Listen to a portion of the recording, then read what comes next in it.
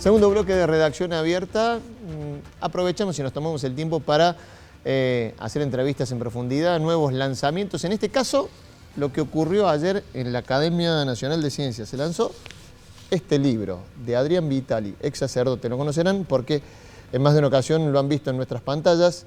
Se llama Ensayo sobre la muerte y el tiempo, el nuevo libro del sacerdote Adrián Vitali, que dice es la experiencia de un sobreviviente, una mirada sobre el dolor que no deja de doler. ¿Cómo andamos, Adrián? Buenas noches.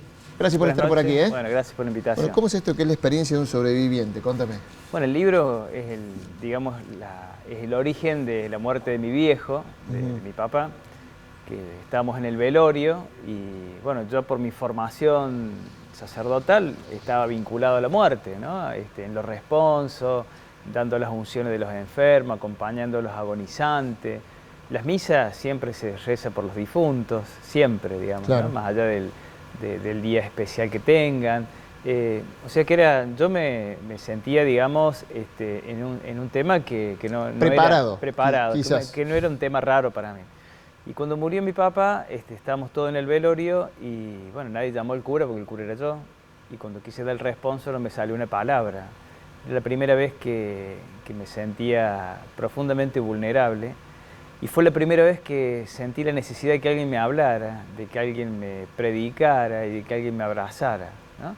Lo que vos hacías en otras ocasiones lo necesitabas ahí. Yo necesitaba, el consolador necesitaba ser consolado, ¿no?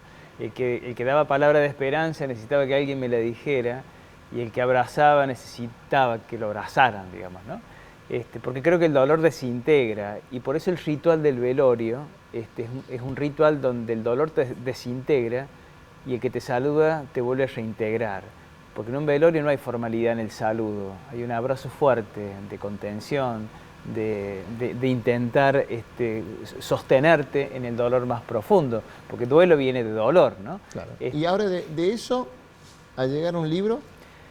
Entonces eso me hizo replantear dos cosas. Primero, mi posición frente a la vida. Yo tenía una formación de que no hay que mostrarse débil frente a nada, frente a nadie, que uno tiene que controlar las situaciones y descubrir que, bueno, cuando uno es profundamente humano y quiere mostrar una sensación, que no hay ningún problema, que el llorar y expresar el dolor es profundamente humano y nos hace iguales a todos. Y eso me hizo pensar y buscar un poco en mi pasado de mi relación con la filosofía de la muerte y la filosofía del tiempo, que habían sido dos temas en el seminario y que a mí siempre me habían apasionado. Entonces intenté hacer por ahí como una comparación con Rayuela, que fue toda una recopilación de un montón de textos que yo había escrito sobre la temática de la muerte y del tiempo, e intenté ensamblarlo. Por ejemplo, si buscamos la cronología de la génesis del libro, es el capítulo, es la página 22, que el texto se llama, cuando yo no pude decir nada en el velorio de mi papá, cuando vuelvo a mi casa, ahí escribo lo que a mí me hubiese gustado decirle, y se llama el responso que no pude dar. Entonces, ese texto el que da origen a la construcción del libro. Entonces el libro tiene varias frases sobre el tema de la muerte, expresiones, por ejemplo, una vez me llaman, había una señora que estaba agonizando y me siento a la orilla de la cama a acompañarla, a rezarle, y lo que me llamó la atención en ese momento fue que la muerte, cuando se acerca, cuando empieza a dar vuelta, lo que viene a buscar no es tu ropa, no es tu cuerpo, no son tus cosas. La muerte se lleva el soplo, ¿no?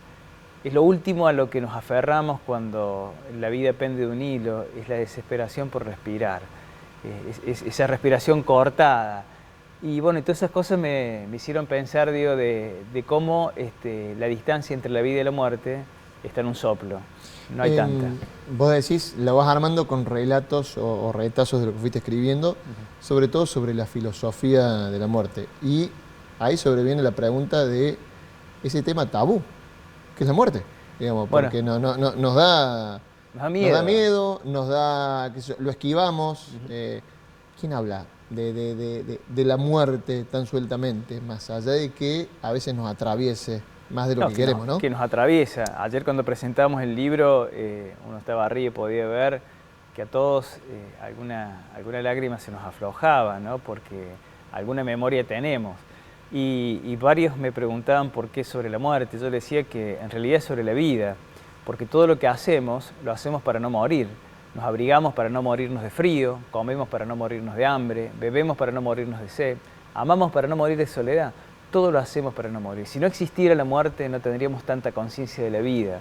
La conciencia de la muerte nos hace tomar conciencia de la vida, nos hace preocupar por la vida. Por eso cuando cuidamos a un niño tenemos muchas precauciones porque tememos a la vulnerabilidad que tiene hacia la muerte. La muerte es la que nos moviliza a aprender a vivir y aprender a elegir en la vida, porque sabemos, todos tenemos la certeza que eso va a pasar, pero el gran secreto de todo esto no es que va a pasar, el gran secreto es que no sabemos cuándo. Por eso podemos vivir en paz, por eso podemos proyectar, por eso podemos soñar, por eso podemos generar proyectos nuevos, porque no sabemos cuándo. Si uno supiese el día y la hora, viviría amargado. En el libro, al final, porque está dividiendo los dos relatos de la muerte y del tiempo, tengo el relato de un amigo que habíamos todos comiendo una semana antes y él le encantaba andar en bici y sale y lo atropella un camión.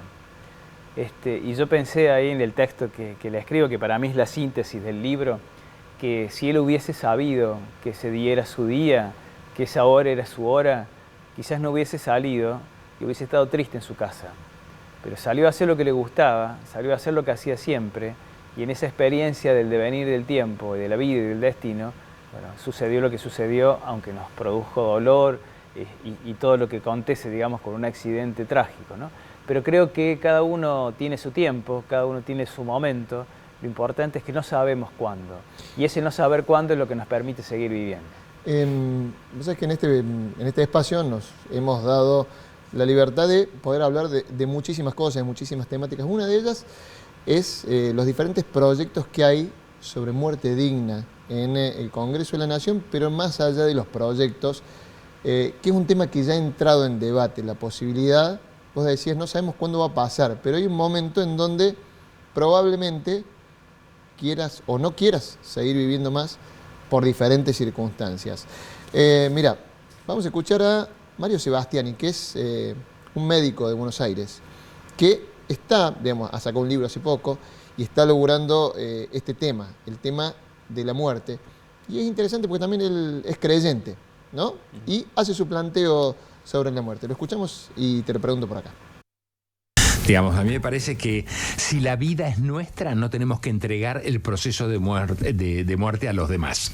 Ni a la medicina, ni a la mayoría parlamentaria, ni al Estado. Por Dios, ni al Estado. Probablemente ni a los familiares, ni a los amigos. Es un tema absolutamente propio de cada uno de nosotros. En términos generales, además, yo diría que hay muertes que no podemos elegir nada, porque es un síncope, es un accidente cerebral. Una muerte súbita, lo que sea. No, pero hay otras que en cambio no. ¿Qué tienen las otras probablemente en el final de la vida? Tienen tres cosas que me parece que tenemos que defender y no dejársela tampoco a los demás. A ver, Jorge, ¿qué pensás? Que es de nuevo el dolor, el sufrimiento y la dignidad. Y uno diría, no, pues yo se lo dejo a mis médicos. No, pero Bárbara, nosotros no tenemos la manera de medir el dolor. No tenemos dolorímetro. No podemos medir el sufrimiento. No podemos medir la dignidad. ¿Por qué cuesta tanto? Bueno, costó con el aborto también, pero ¿por qué cuesta tanto en este caso discutir este tema, hablar de este tema? Primero, que no nos gusta hablar de la muerte, Reinaldo. Somos latinos y nos parece que si hablamos de la muerte es supersticioso. A ver si se me viene, a ver si la estoy llamando. No nos gusta hablar de la muerte. No somos sajones, no somos orientales. Después tenemos una cultura, una cultura, ¿por qué no? Judeocristiana, donde Dios es el que nos da la vida y entonces Dios me quita la vida. ¿Qué pensás de lo que dice el doctor? Dijo algo interesante, nadie puede medir el dolor del otro. A mí hace 2 años me pasó que una persona se suicida y antes de suicidarse hay un amigo que es plomero y me dice, mirá, está el chico acá que se quiere matar, la mamá está asustada, vos podés venir a ver si lo podés convencer que no lo haga. Bueno, entonces voy y cuando entro por la puerta de frente, está la cocina y la puerta que salía del patio. Y cuando voy saliendo al patio, él se larga del techo con la soga. y yo lo miro y nos miramos los dos, todavía estaba vivo, y como diciéndome, ni se te ocurra intervenir en mi decisión. Él tenía cáncer, no aguantaba más los dolores, ya no sabía qué ponerse para dejar de sufrir. Y muchas veces, frente a ese dolor que nadie puede medir, uno decide o encuentra en esa decisión de interrumpir la existencia el alivio del final de la vida. Que para muchos o para algunos está mal, para otros está bien, pero la decisión de la vida siempre, la última decisión de la vida, por más que existan distintas posiciones, políticas, religiosas, siempre la toma uno. Ahora cuesta hablar de eso, ¿no? A ver, tiene que ver con los miedos que decías vos recién, digamos. Sí. Pero no, también pero parece como que fue, a ver, no, obturemos ese debate, ni siquiera lo demos, ¿no? Pero aparte sucede, digamos, porque... Digo, incluso está cambiando, por ejemplo, lo que vos nombraste recién, ¿no? Está cambiando un poco la manera en los medios de comunicación de hablar del suicidio, porque si no, digamos, en un momento se hablaba de una cuestión de multiplicación y hoy se dice, bueno, no se puede negar claro. Lo que sucede. Y fíjate otro detalle más que en algún momento tendríamos que reparar. Antiguamente, en los cementerios que habían pertenecido a la iglesia, digo, así como el registro civil pertenecía a la iglesia, todo se registraba ahí, en los cementerios, que siempre se consideró como tierra santa, hay un sector marginal, como en un corralito, donde ahí se enterraba a los que se suicidaban. Si vos vas a los cementerios antiguos, los cementerios con muchos años, vas a ver que es el lugar más abandonado del cementerio. No sabía eso. Porque es el lugar de los condenados, es el lugar de los que no pueden estar dentro de la tierra santa, digamos, ¿no? Y habría que hacer una reivindicación de esas memorias, de esas familias, porque muchos no lo hicieron porque les encantaba hacer sufrir a la comunidad o a la familia, quizás porque sufrían dolores que no podían aguantarlos más, o vaya a saber por qué, pero de última fueron decisiones que se tomaron y tienen el mismo derecho de igualdad de estar en el cementerio, en la misma tierra de todo, y no separados por un corralito, como estigmatizándolo, que ellos hicieron algo distinto, ¿no? Adrián, muchísimas gracias por llegarte nuevamente por acá por Redacción Abierta. Bueno, se consigue ya en las librerías el... Sí, en las librerías ahí del centro de Córdoba. Vamos a mostrarlo de vuelta, Ensayos sobre la muerte y el tiempo, nuevo libro de Adrián Vitali.